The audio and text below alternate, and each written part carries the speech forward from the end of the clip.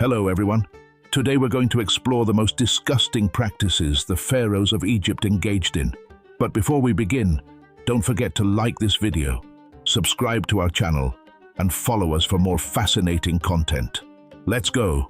The sands of the Egyptian desert hold secrets as old as time, but few as disturbing as those lurking beneath the gilded veneer and sacred glamour of the pharaonic court. The official story, chiseled in hieroglyphics and displayed in museums, tells us of sun gods, perfect pyramids, and queens of unparalleled beauty. However, when modern archaeologists and forensic scientists penetrate the most hidden chambers and analyze the mummified remains with 20th and 21st century technology, they discover an underlying reality that, to contemporary sensibilities, is profoundly disgusting. This is the untold truth of the hygiene, medicine, and dietary practices that defined the lives of the most powerful elite of the ancient world. Detailed analysis of bone remains, the intestinal contents of mummies, and less idealized medical writings has allowed researchers to reconstruct the daily life of the pharaoh and his court, revealing a series of customs that today we would consider repulsive, or at best, extremely unhealthy.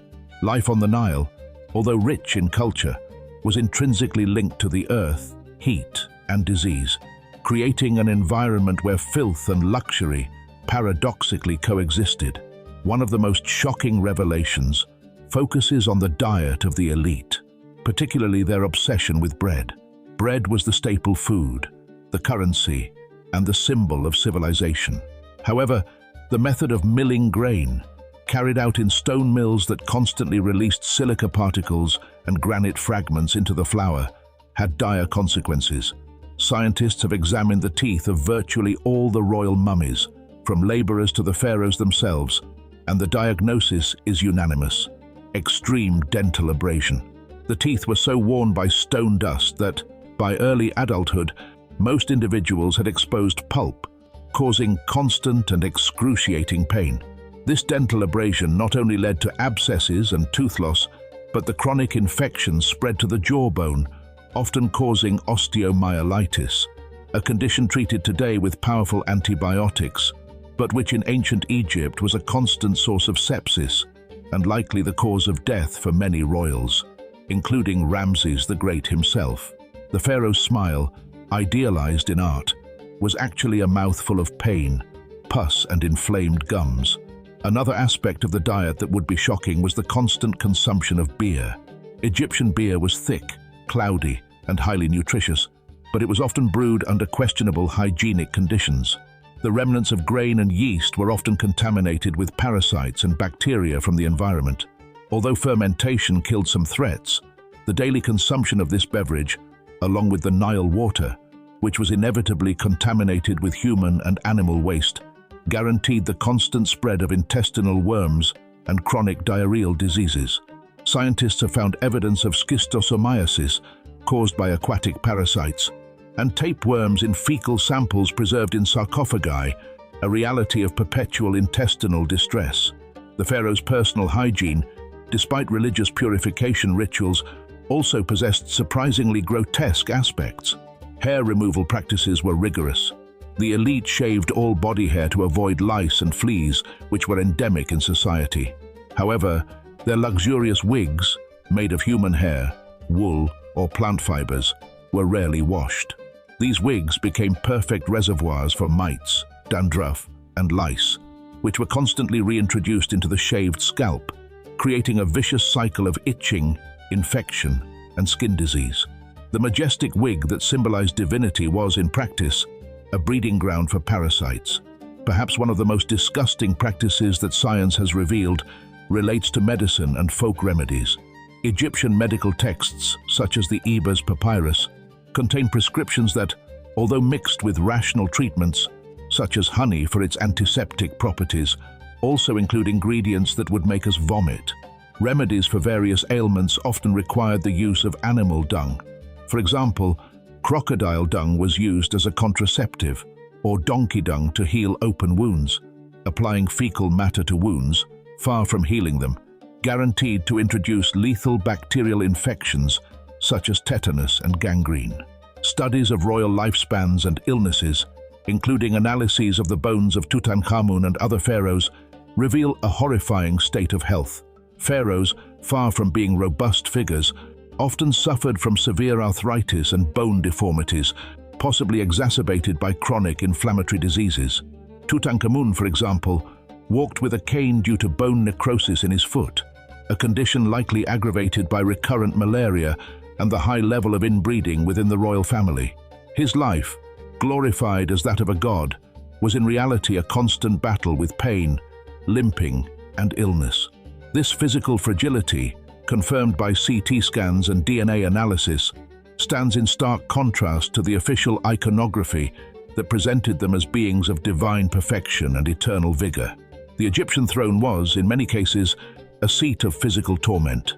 If you're enjoying this fascinating journey through ancient Egypt, we invite you to like our content, subscribe to our channel, and follow us on social media. Every click you make not only motivates us to continue creating, but also ensures that you'll stay up to date with all our news. There's so much more to discover about the intriguing lives of the pharaohs, their mysteries, their customs, and the monuments they left behind. Join us on this adventure and be amazed by the secrets that ancient Egypt still holds. Another hygiene practice that seems unusual today was the management of bodily waste. While elite homes had rudimentary latrines, a seat over a sand or limestone basin, they lacked effective drainage. Waste accumulated and was often manually emptied into the Nile or into common disposal areas, ensuring constant contamination of water sources and perpetuating the cycle of disease. Primitive sewage management in a hot climate was a source of pestilence and chronic disease in urban centers.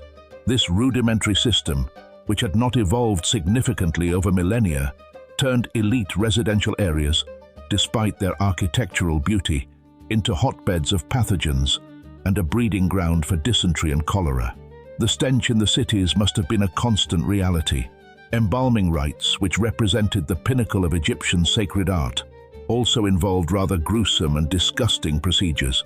Brain extraction, for example, was performed by inserting a long hook through the nose, churning the brain tissue into a pulp that was then drained.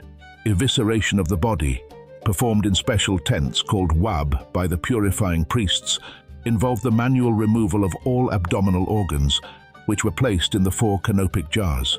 The body was then stuffed with natron, a drying salt, and spices.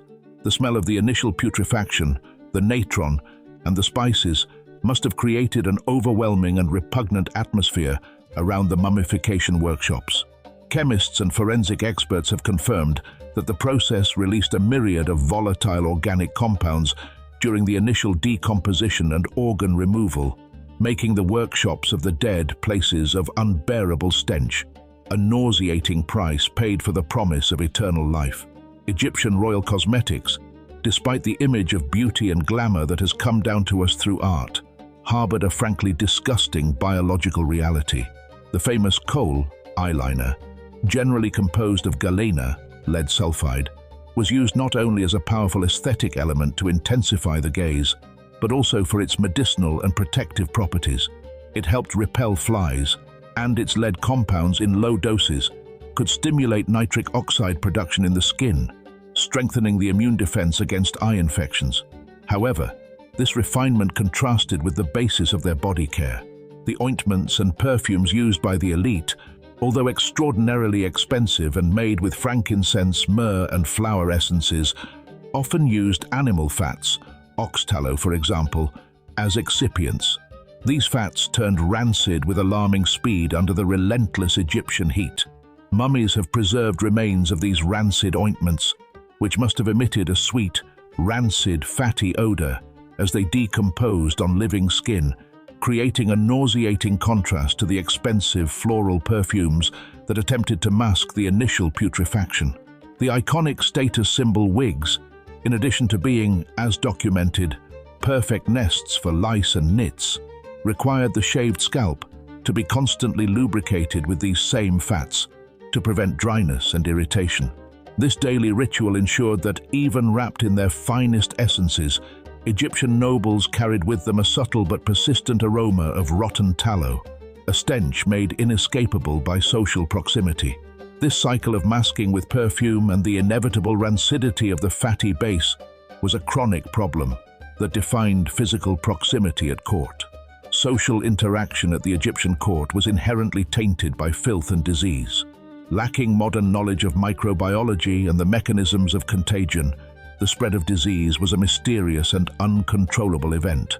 Chronic coughs from the constant dust of grain grinding and desert sand, skin rashes caused by parasites such as scabies, and the ubiquitous bad breath caused by extreme dental caries and festering abscesses were common plagues that showed no respect for status.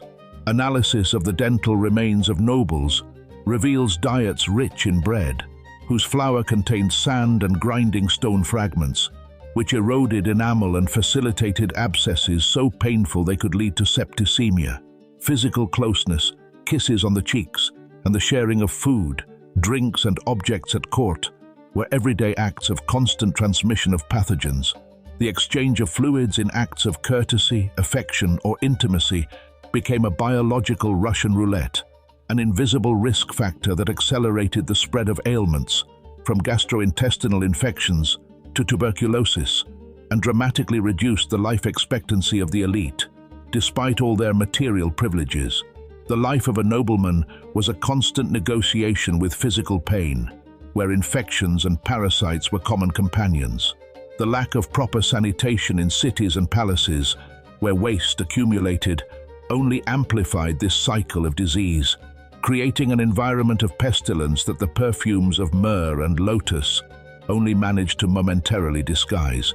The pharaoh, the embodiment of divine perfection and guarantor of cosmic order, Ma'at on earth, was in fact a human being beset by a surprising amount of suffering.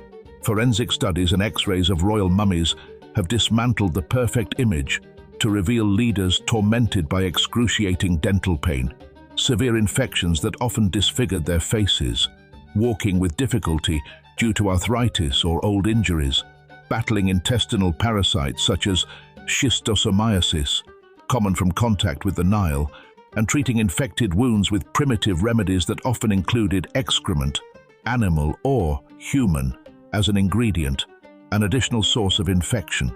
The daily lives of the Egyptian elite were marked by a biological brutality and medical ignorance that neither the gold of their sarcophagi nor the power of their throne could mitigate. The historical truth is that, even on the highest throne, life was often short, painful, and by our modern standards, undeniably disgusting. The opulence and eternal glory of the Egyptian empire were built on foundations of widespread physical suffering and a profound misunderstanding of disease. This reality reminds us that technological advancement and monumental wealth do not always translate into relief from the most basic and brutal realities of human existence. The struggle against the body's biology is a battle that only time and modern science have begun to win. We want to sincerely thank you for joining us on this unique journey through the most disgusting and surprising practices of the pharaohs. If you enjoyed what you've seen and learned so far, please like, subscribe, and follow us so you don't miss any of our upcoming videos. Your support is essential for us to continue sharing this interesting content. Until next time, and may your curiosity for history never fade.